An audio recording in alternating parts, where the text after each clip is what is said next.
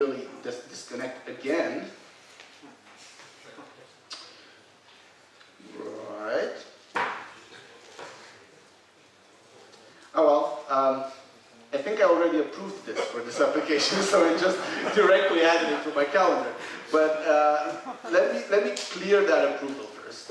So, I mean, this, you might think, hey, right, you just added it. Well, first I'm going to show you that it's actually in the calendar, but then you'll say, hey, you added that yourself before. See, it is in the calendar.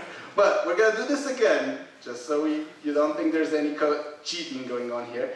I'm going to go to accounts, Google.com, and revoke access to my application. I think I had already granted it while testing earlier today, so it might have happened. So you go to security, there's this manage access button, secret password of doom.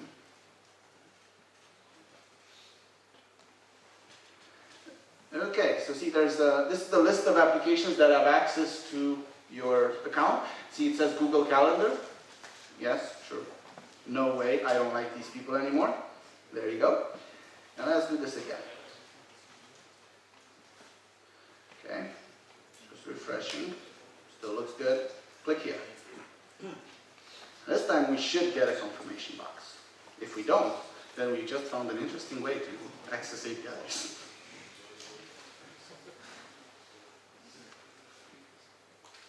I wonder why it's so slow. Anyway, might be a combination of strange wireless with who knows what. Demo time slowness. You've all done this, right? Like whenever you show something to someone, it doesn't work, or it works really slowly, or it crashes, or there's Java errors. So, we got our confirmation now. It says Nomadic Drummer OAuth demo is requesting your permission to manage your calendars. Because we did it online, not offline. There's no perform this operation while you are not using their service. It's just, we want to manage your calendars. There's actually a little bit more info for people who don't understand what manage your calendars is. View and manage your calendars in Google Calendar. Wow, that was helpful, right? Anyway, so I guess the only thing that makes more explicit is, by the way, this includes the ability to see your calendar. So we're going to say allow. Well, we're going to go through how to do this in real life, but we totally did not do the deny flow. Like, the user might say deny, but our application is not prepared to handle that. So, this is so slow today, for some reason.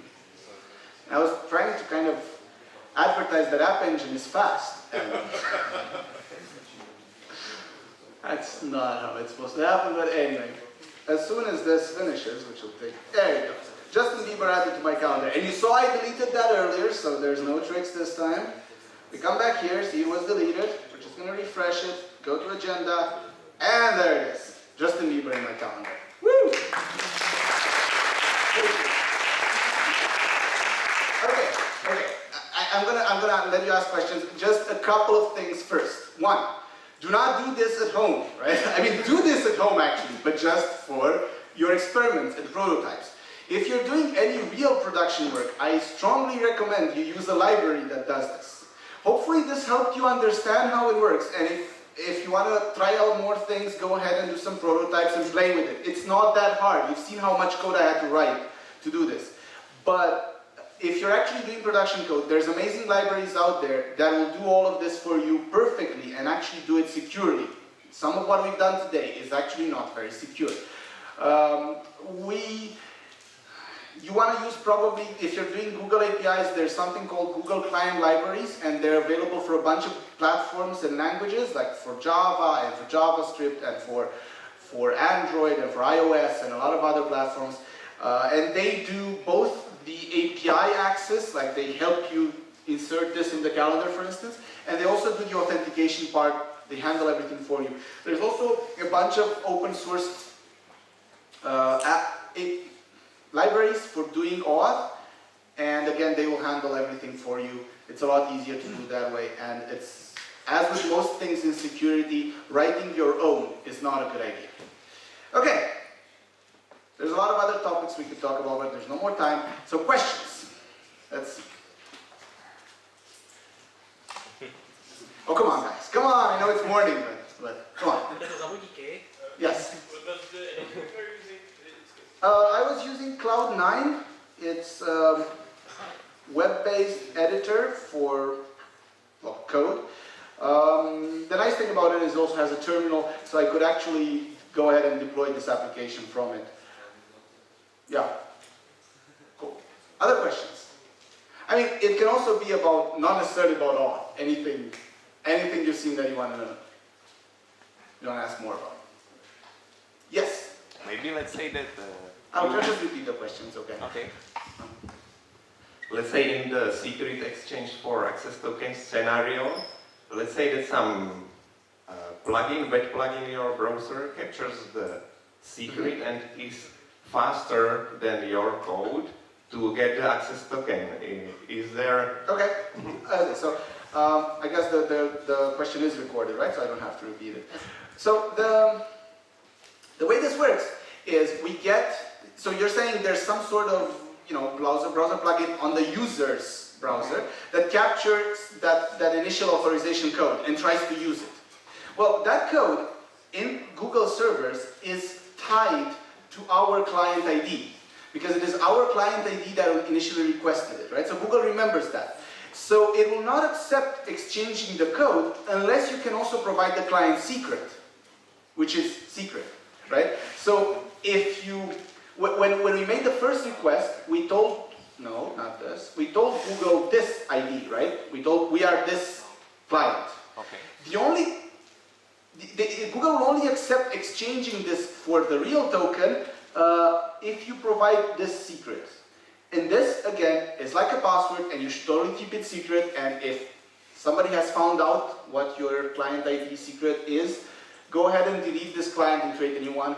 Or I think there's also a reset client secret button where just create a new secret. So this can't happen. Okay. Is it clear? Okay. Yeah. Other questions? Don't be shy.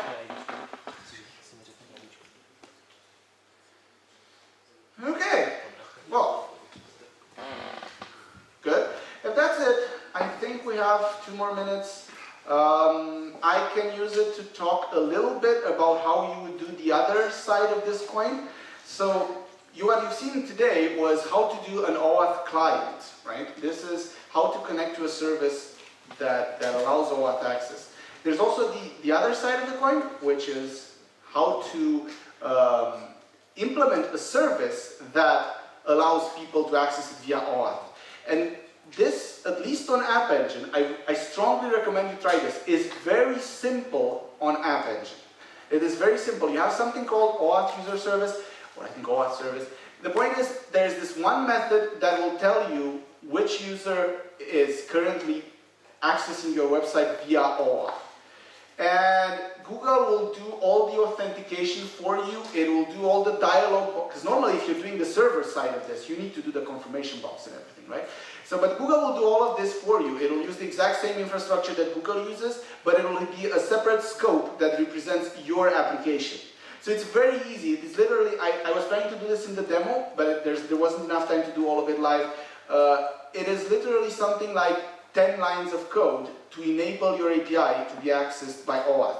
And you should totally do it, because if the user is okay with it and somebody comes up with a use case, like somebody has an idea on how to use your API for something magical, then why not? It's not a lot of work for you. It uses Google security, so it'll be fine. That's it. Anyway, thank you very much for coming. I hope at this point you all feel like you understand OAuth and it's not a scary beast or anything like that. And yeah, if you have more questions, I'll be around all day. Go ahead and reach out to me. Thank you. Thank you.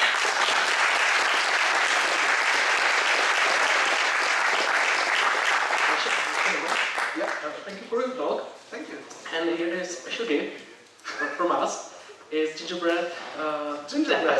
That's gingerbread. Woo! Thank you guys. Thank you for the event. Thank you. Thank you, Mr. Andriksen. Yes, thank you. Já bych vás poprosil, jestli byste mohli vyplnit hodnocení této přednášky. Tady je QR kód. Tak jak se vám líbila, když tak napište nějaký feedback.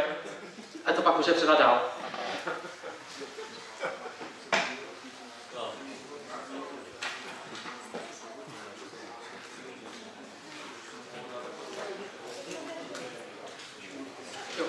A doslechlo se ke mně, že nikdo si nehraje dole s Eddie v retro game. Dopadne.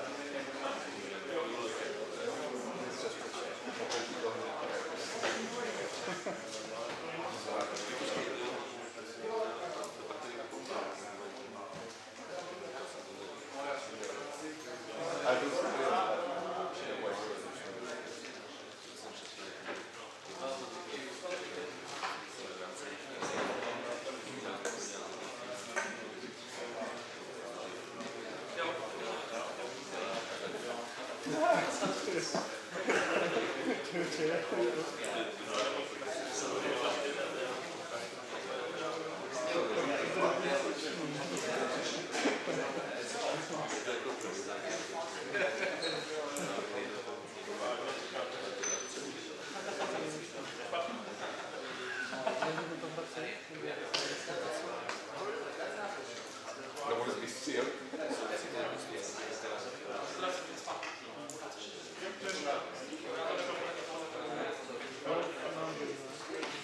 you.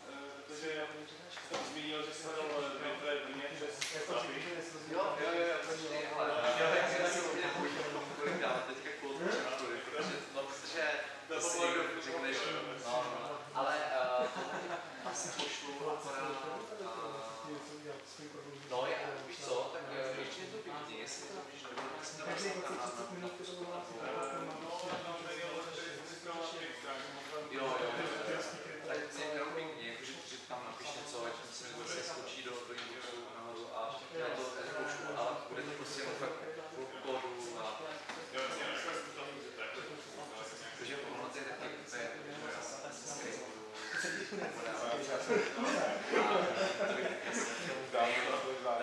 jsem taky chtěl udělat video.